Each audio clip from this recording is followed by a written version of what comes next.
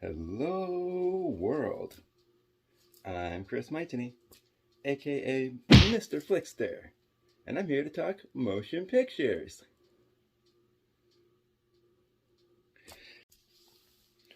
Mr. FLIXTER! If you tuned in last week to my world premiere, thank you very much, I appreciate that. Now that we've cleared the air of all that negativity, let's move forward and never look back again. In this video, I'm going to talk about the best movies of 2021. Same criteria follows. Before I start though, because I don't think I mentioned it before in the last video, these aren't really rankings, like a top 10 or anything like that. They're just 10 movies from 10 different genres that I thought were the most enjoyable. I'll do the same this time. I'm going to go in the same order of genres that I did before. And then I'm going to save what I think is the best film, or what I thought was the most enjoyable film, for last. Spoiler warning. That goes for you. And that goes for you. And of course, that goes for you. Beware the spoilers! Again! And without further ado, on with the show. The best movies of 2021! First, I'm going to start with comedy. In my opinion, the best comedic film of 2021 was Don't Look Up. The story for Don't Look Up is all about an astronomer named Kate, Jennifer Lawrence. She discovers a comet headed for Earth. We're talking devastating, world-destroying events. So, just to be sure, she takes her findings to her professor, Dr. Mindy, Leonardo DiCaprio. He confirms it too. So they take their findings to NASA. NASA also confirms the finding, and they say this is a real big problem, so we have to go to the White House. So they present their findings to the president, played by Meryl Streep, who has also hired her son, Jason, as the chief of staff. And they meet the news with total indifference. They try to play it down, they just try to see if there's some sort of solution, because they don't want to just go to the media and say that there's a 100% chance that everyone in the world's going to die. I mean, come on. Who really wants to hear that? And then from there, it's all about how they eventually do take the findings to the media and the public's reaction to that. I found this a hilarious topical satire about how a lot of times people see stuff in the news and the media, and it's true, they write it off like it's nothing. That's another thing, the social commentary about social media and about the news and about the government and everything is just so funny. It was written and directed by Adam McKay. And he takes it in directions that I didn't really expect it to go. And one of the most satisfying endings that I've ever seen, when the president gets killed by that thing after they get off the ship. Oh my god, I always laugh when I think about it. Like, what a satisfying conclusion. Leonardo DiCaprio gives one of his best performances as a struggling scientist who really wants to get his message out there, but he's just so frustrated because nobody takes him seriously. And I gotta say, it's nice to see Jennifer Lawrence back on the big screen too. Because she's been gone for a while, and I've been wondering what happened to her. Meryl Streep gives a good performance too as the president. And Jonah Hill gives a really funny performance. She's been doing a lot of dramatic stuff lately, so it's good to see him go back to comedy. But I would consider Don't Look Up to be a perfect movie. Because even the whole campaign they have. And I love when they say the name of the movie in the movie. I wait for it every time, and every time it happens, I get so excited. And then I actually did that whole campaign on the internet, don't look up, don't look up, because people would do that. Oh, that's what I mean. This movie is just so relatable, and it's so true, sad but true nonetheless. So that was my pick for the best comedy of 2021. Next up, best foreign film. I have to go with Anonymous Animals. Now this one, I actually reviewed for HorrorBuzz.com. It's all about how the roles are flipped between animals and people. And the way it works is there's anthropomorphized animals who speak in grunts and growls and hisses, sort of like a Planet of the Apes type situation where the animals are in control of the people. And even the people, they don't act like civilized human beings. They act more like primitive people. It doesn't have any subtitles in it, but don't worry if you don't speak French, because it's presented entirely without dialogue. Take some time to process that. There's no words. Like none. At all. I'm not kidding. So the animals, they just communicate with grunts and different animal noises associated with that. And the people, they communicate entirely through body language. It's not really sign language, it's just the way that they move around and the way they signal each other. So it's an anthology film. It starts off with one story and moves through a bunch of different stories after that. And in the end, it all ties it up nicely, and it's a very satisfying conclusion. I hadn't heard anything about it before I saw it. I didn't see anything, no previews. For me, there's nothing better than just finding a random movie and then being completely enthralled by it. And that's exactly what this movie does. Without even saying a word, this is a great foreign film. Next on the list, Best Sci-Fi Film. I think the best sci-fi film of 2021 has to be Free Guy. Free Guy is all about a guy named Guy who's a bank teller, but he's also a non-playable character in a massive multiplayer online video game. It's not only a funny film, but it's got a lot of heart to it too. And the way it's written, there's so much character development that I wasn't expecting. And Ryan Reynolds, he's always funny, but in this one, he was actually able to separate himself from Deadpool. Ryan Reynolds gives a very balanced performance between both funny and emotional when need be. Same with the rest of the cast. They do a very good job of not just filling in the background, but bouncing off of Reynolds. And each one of them has such good comedic timing, and the action sequences were actually really well set up. I loved a lot of the different set pieces that they designed. As a gamer myself, I really appreciate all the little nods and references to cliches of video games. I love how this movie isn't based off an actual video game or any other kind of intellectual property. It's a completely original idea. It's not a reboot, it's not a remake, it's not a sequel, nothing like that. It's a completely original idea. So that was my best sci-fi film of 2021. Next up, I'm going to talk about the most enjoyable animated film.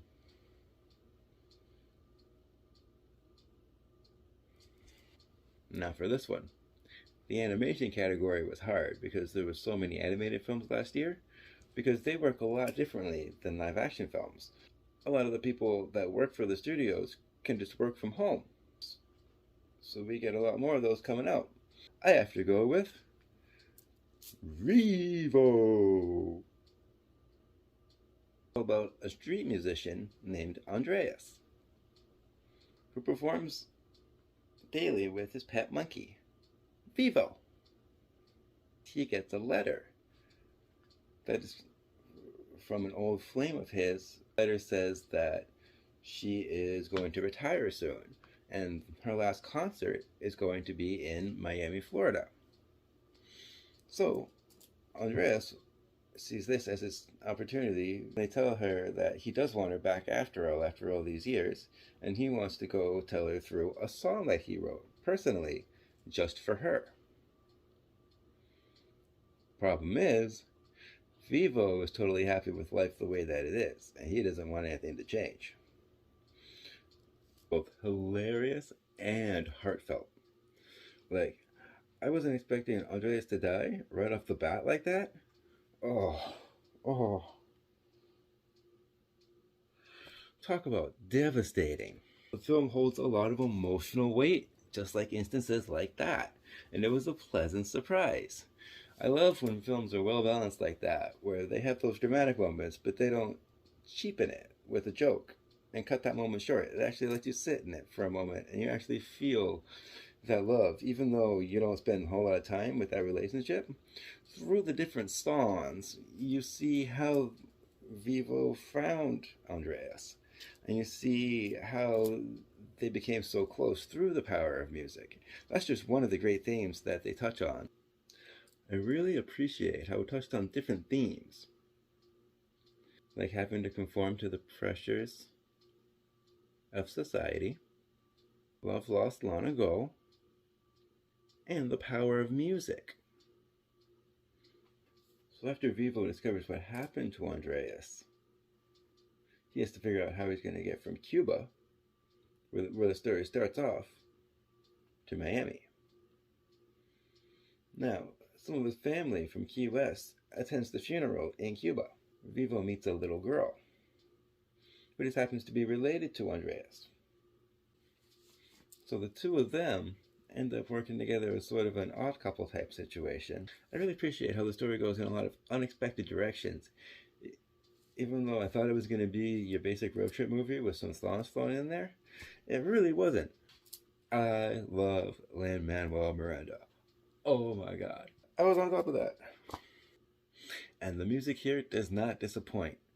Aside from Hamilton, this is probably one of my favorite scores by Lin-Manuel Miranda. But come on, that's a hard act to follow. And even though I like the music of Encanto, I just thought the music from Vivo was just so much better. And I find myself going back to that soundtrack a lot more when I'm just listening to music in general. I love how he manages to combine both the style and the flair of Cuban music and traditional hip-hop. So the voice cast does a good job of really bringing out the characters. We're also pretty well developed, in my opinion. Lin-Manuel Miranda actually voices the monkey himself. Just look at that. Look at that monkey.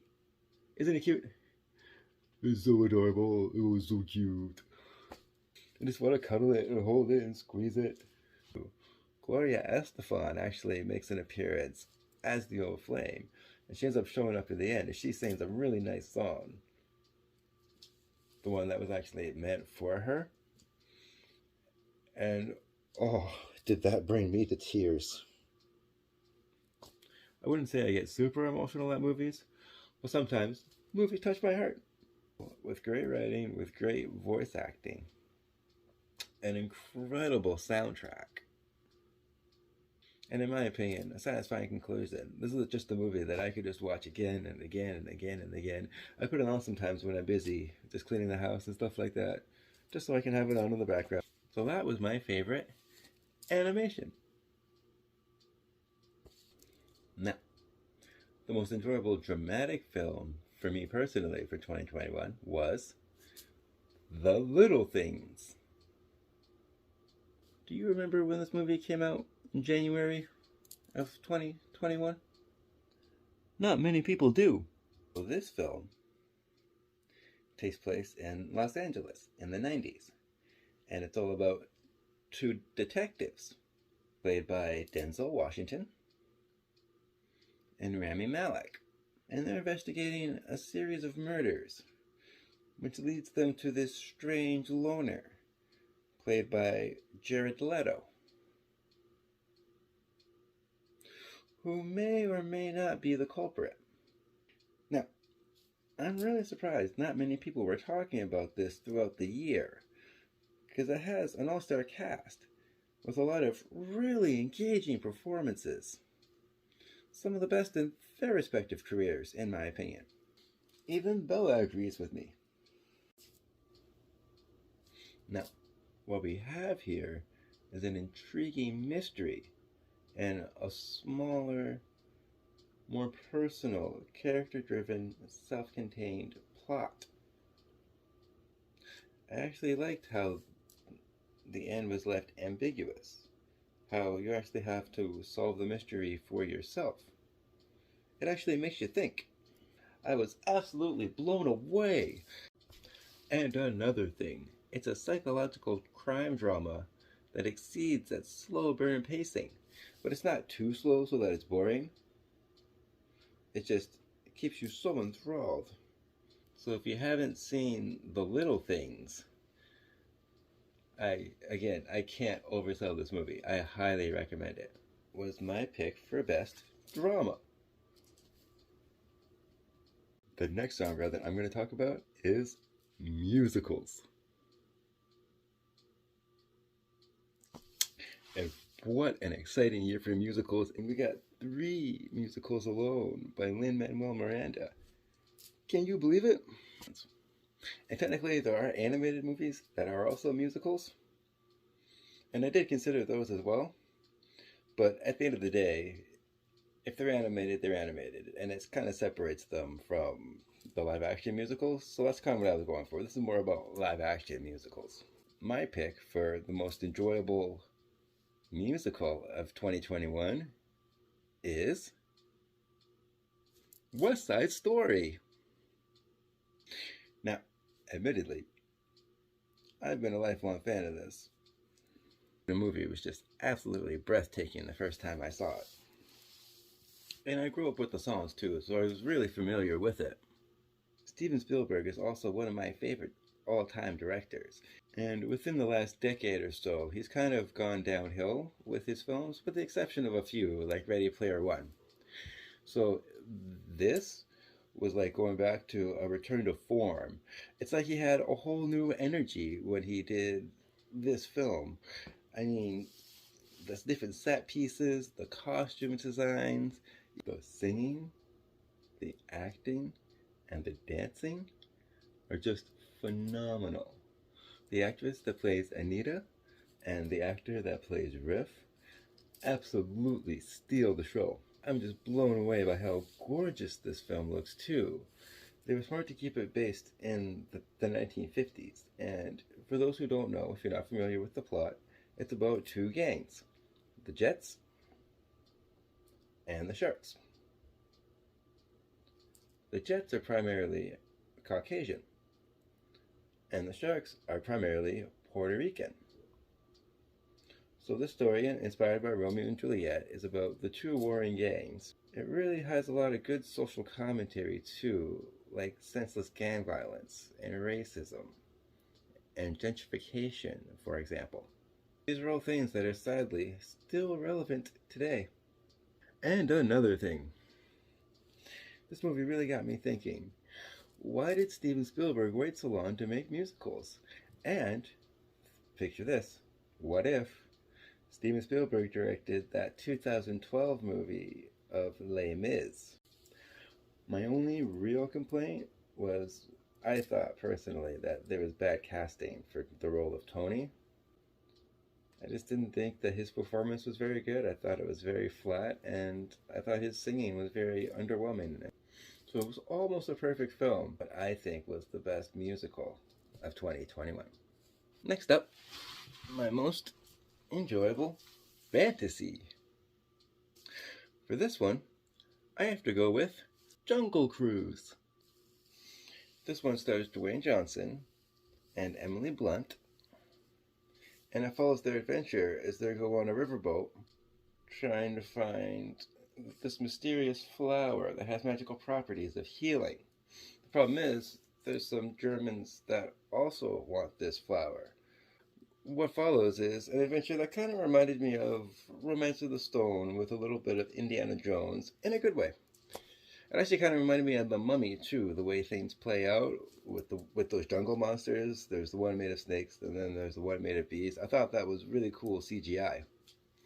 And the adventure itself, I thought it was a very thrilling adventure. I should note that as a kid, I was fortunate enough to be able to go to both Disney World and Disneyland multiple times. So I've actually had a chance to ride the Jungle Cruise ride before. Two different versions of it, actually. I have very fond memories of it growing up. A lot of different references to the ride that, unless you've actually ridden it before, you wouldn't know. They even included my favorite joke, the back of water. I was really hoping they would put that in there. Like, you don't understand how excited I was when I saw that in there. Because they had that in the previews, too. Made my day. Jungle Cruise had some pretty good writing, and the plot had some pretty good twists and turns that I didn't really see coming. Although, my one complaint about it is the villain was sort of one-dimensional. He's evil because he's the bad guy. I kind of wish villains had more to it than that. I also loved the way that they filmed the Amazon rainforest. The way it's directed with its wide shots and the different camera angles that they use really captures the beauty of this gorgeous, epic landscape. And that's why Jungle Cruise was my favorite fantasy film. So, the next genre we're going to talk about is horror. My specialty. Oh, there goes Elsa. Best horror film of 2021, in my opinion, was Last Night in Soho. About a girl named Ellie, played by Thomasin McKenzie, who's obsessed with music and the fashion style of the 1960s. And she gets accepted to fashion school in Soho in London. So you get to see famous landmarks like Piccadilly Square. Anyways, she doesn't like in the dormitory, so she rents a room in a house. And then she starts having these very vivid dreams about this young aspiring singer named Sandy, played by Anya Taylor-Joy. And she ends up having a relationship with her manager, played by Matt Smith. Now what follows is a very interesting murder mystery that didn't exactly play out that I expected. Now, don't get me wrong, there are some writing issues. Like, there's a lot of plot holes in there that require a huge suspension of disbelief. But don't get me wrong, the aesthetic and the way that Edgar Wright brought the 60s to life is gorgeous. Couldn't help but be just absolutely enamored by it. Now, over the years, Edgar Wright has slowly become one of my favorite directors.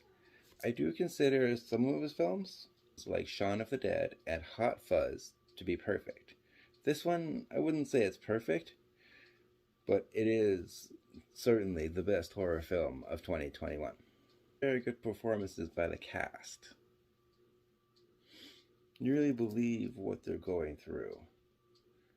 Nothing seems over the top or cartoonish or anything like that. And the soundtrack. Let me tell you, it has one of the most amazing soundtracks for a film this year. But that's always been Edgar Wright's style. He's known to hear songs and then sort of write scenes around them. He also uses brilliant directing and different camera tricks. Like, he does this thing with mirrors that's really interesting. He uses camera movement to really just captivate you and just draw you into the scene. And another thing, even though this cast is bursting with talent, this is very much Thomasin McKenzie's movie, because you follow her as she tries to figure out the murder mystery, and does she ever steal the show? And that's why Last Night in Soho is my favorite horror movie of 2021. Next up, I want to talk about action. In my opinion, the best action movie of 2021 was Suicide Squad. It has a lot of callbacks to early 80s action movies, and it brings a lot of DC villains to life that I never really thought would be in movies before. So it's really cool to see stuff like that. I gotta say, the first Suicide Squad movie was very disappointing to me. I just thought it was too overly convoluted, and I never understood why they didn't just keep it simple and just have Joker as the villain. Now this movie, even though it doesn't have the Joker, it's okay. We still have Harley. It makes sense that Joker's not in this one because of the events that happen in Birds of Prey. It also helps this one stand on its own that he's not in this one.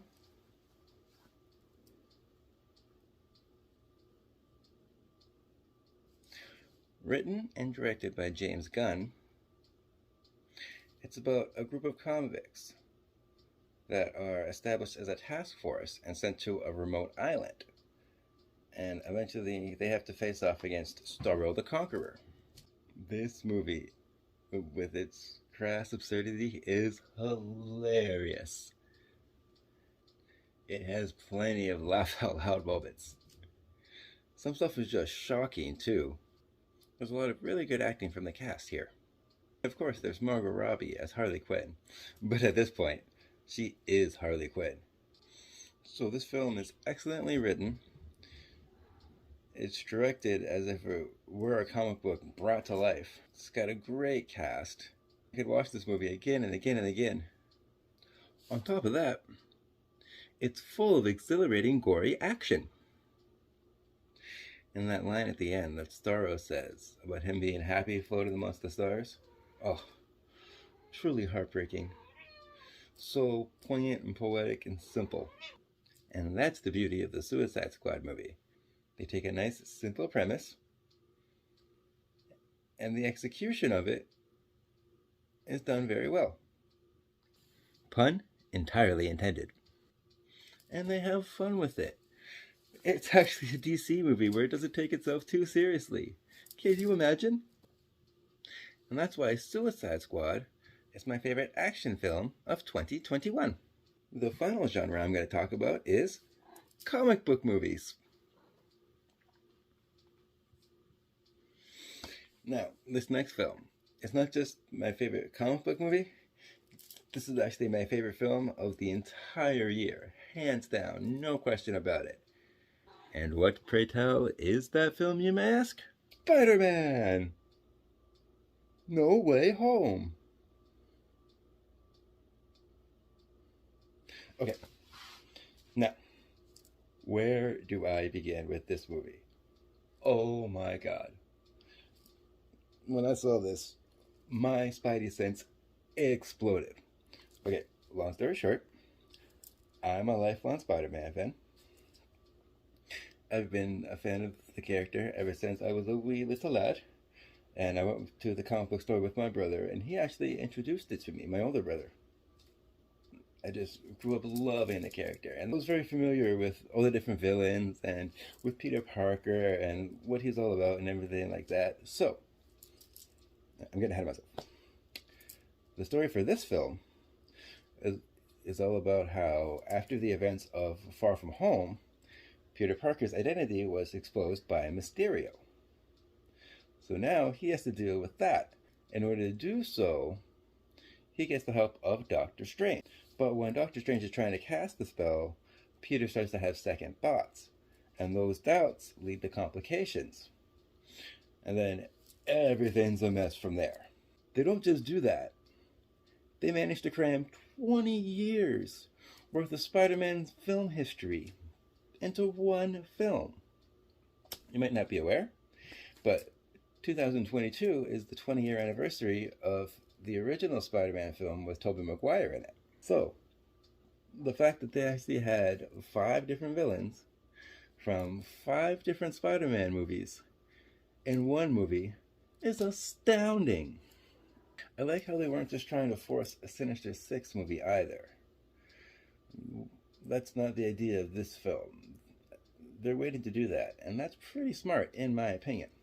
I also love seeing the 3 Spider-Men together in one movie. That's something I never thought I'd see in my lifetime.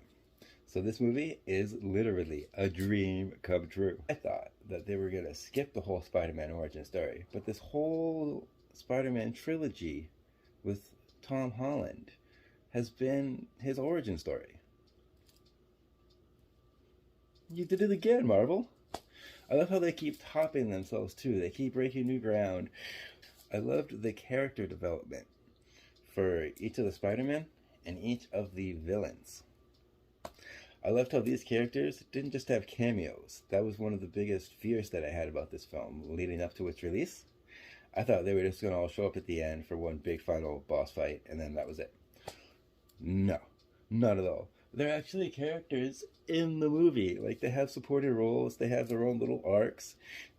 They continue stories from the previous films into this movie. And I love the fact that now all the Sony Marvel movies are technically just variants of the MCU. It's genius. I really wasn't expecting them to kill off Aunt May like that. But oh my god, that was so devastating. This has to be Tom Holland's best work so far, because the emotions that he hits and how he just captures the essence of that pain and that anguish, that's really about what Spider-Man is. It's about dealing with loss, it's about dealing with pain, and that all-important line of, with great power comes great responsibility. And this time, Aunt May said it, which is kind of refreshing, instead of Uncle Ben. It was so nice seeing all these villains reprise their roles. A lot of them had very clear motivations, too, from very early on. Like right from the start, Sandman didn't trust what was going on because he was in a new place, and he was with someone who claimed to be Peter Parker, but he didn't trust him.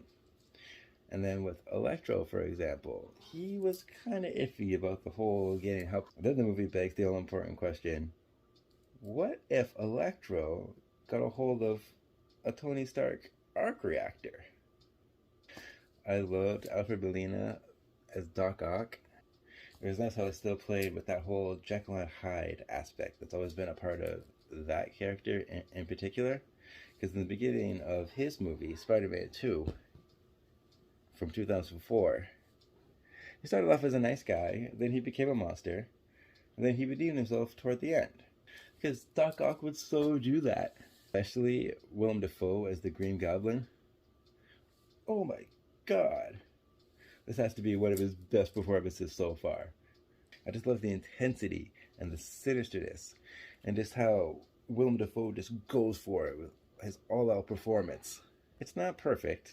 The first act leading up to the chain of events, it could have been a little bit stronger. I mean, it's all about... I thought it'd be more about Peter Parker fighting to save his identity. But it turns out it's all because he just couldn't get into college, which I thought was kind of weird. And some of the villains are a little underutilized. Like the Lizard, for example. Dr. Curtis Connors is a brilliant scientist in his own right. So he could have helped out a lot. So I don't understand why he wasn't written for more of a role. It's not a perfect movie, but wow, what a movie. And it was a great cinematic experience too. It had a pretty full crowd there. They had a lot of audible oohs and ahs, and people laughed out loud, and people cheered at times, and it's been a long time since I've gone to the cinemas and I've had an experience like that. I liked all the little discussions between the different Spider-Man. I loved how they do science together, and how they're each showing the strengths of each Spider-Man. And then the gag about the other two Spider-Man being grossed out by Tobey Maguire because his web was organic. Priceless. I didn't think it would be able to outdo like Into the Spider-Verse or anything like that. But it's not even trying to be like Into the Spider-Verse. They don't even use science to explain the multiverse aspect because it's already a thing. And then they have magic on top of that that kind of opens the doors. I love how at the end, after it's all said and done, Spider-Man is finally the Spider-Man that I've been waiting for. Someone who needs to rely on his own cunning and his own intelligence in order to get by and juggle his life as Spider-Man. When he was listening to the radio and he had that homemade suit on, oh my god. This is an exciting time to be a Marvel fan. And that's why Spider-Man No Way Home is my favorite comic book movie. So that concludes my list of the 10 most enjoyable films of 2021. I'm not saying my list is the right list. It's just my opinion. And it's okay to agree to disagree with me. Just have some class about it in the comments. Once again, I'm Chris Maitany. But you can call me Mr. FLIXTER. And I just love talking motion pictures. Mr. FLIXTER. Have a great day. And a Happy New Year. And remember, if you're a cinemaniac like me, make sure you like and subscribe down below.